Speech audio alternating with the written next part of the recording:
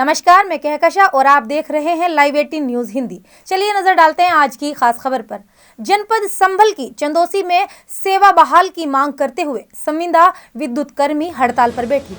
आपको बता दें कि पूरा मामला जनपद संभल की चंदोसी कोतवाली क्षेत्र के फुवारा चौक का है, जहां पर विद्युत विभाग में संविदा पर तैनात रही महिला कर्मी मंजू अपनी मांगों को लेकर भूख हड़ताल पर बैठ गयी।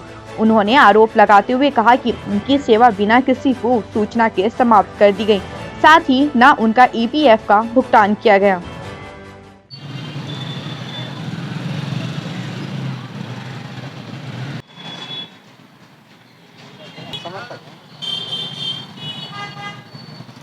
भूख हड़ताल पर क्यों बैठी हैं?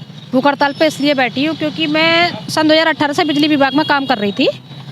सन 2019 में हमारे ऑफिस में नए पुनीत दुबे जी आते हैं और जिस दिन से वो आए हैं उस दिन से पता ना उन्हें मेरी जातिगत लेके इतना भेदभाव रखा है उन्होंने कि 24 घंटे कि आप इधर ना बैठो, आप मेरे ऑफिस में मत आओ, आप ये मत करो, आप वो मत छुओ।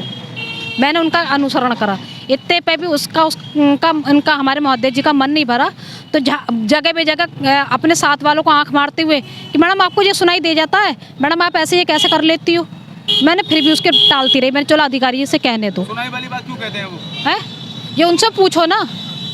मेरा क्योंकि कान से दिव्यांग हूँ ना मैं, इसलिए मेरी दिव्यांगता का उसने मजाक बनाया। मेरी जाति गात को लेकर वो बातें बनाता था।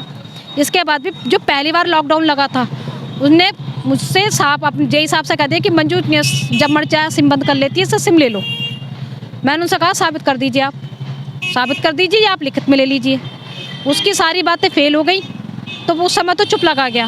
फिर उसकी दूसरी बार जो लॉकडाउन लगा था उसमें भी उन्होंने मुझसे बदतमीजी की, तो एसडीओ ऑफिस में झगड़ा भी हुआ था जिसमें मेरे संविदा कर्मी बीच में पड़े थे, समझौता करवाया था।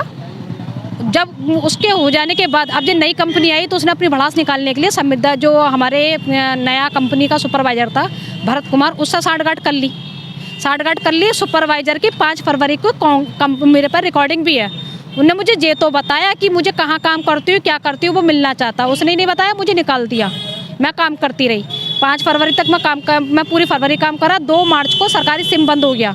मैंने 9 मार्च को लिखित में कंप्लेंट दी थी। हमारे नितिन पारासर भैया हैं, वो बेचारे मेरी फेवर में गए थे, उन्होंने दे के आए थे, उन्होंने मोहर भी लगाई अधिकारियों ने। तब भी नहीं बताया, नितिन भैया को भी नहीं बताया कि मुझे निकाल दिया।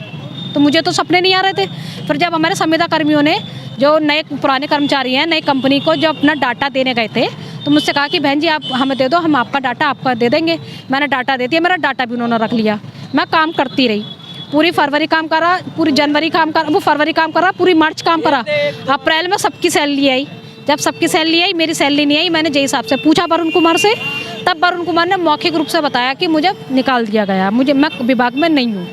तब मैंने 14 अप्रैल को जो हमारे बाबा भीम साहब का अम्बेडकर जी था, मैं उस दिन भी भूख हड़ताल पर बैठी थी, जिसकी आपने खुद ही बाइट ली थी और अखबार में भी मेरी निकली थी। उसमें एक्शन साहब महोदय ने आश्वासन दिया था कि आपकी कोई गलती नहीं है, मैं करवा दूंगा। तो पुरानी कंपनी से सैलरी तो दिलवा दी, पुरानी कंपनी से ना मेरा ईपीएफ क्लियर हुआ आज तक, ना नई कंपनी से सैलरी मिली है, ना मुझे कुछ बताया गया है। अतः मुझे मेरी 3-4 मांगे हैं कि मुझे पुरानी कंपनी से ईपीएफ क्लियर कराया जाए, नई कंपनी से सैलरी दिलवाई जाए।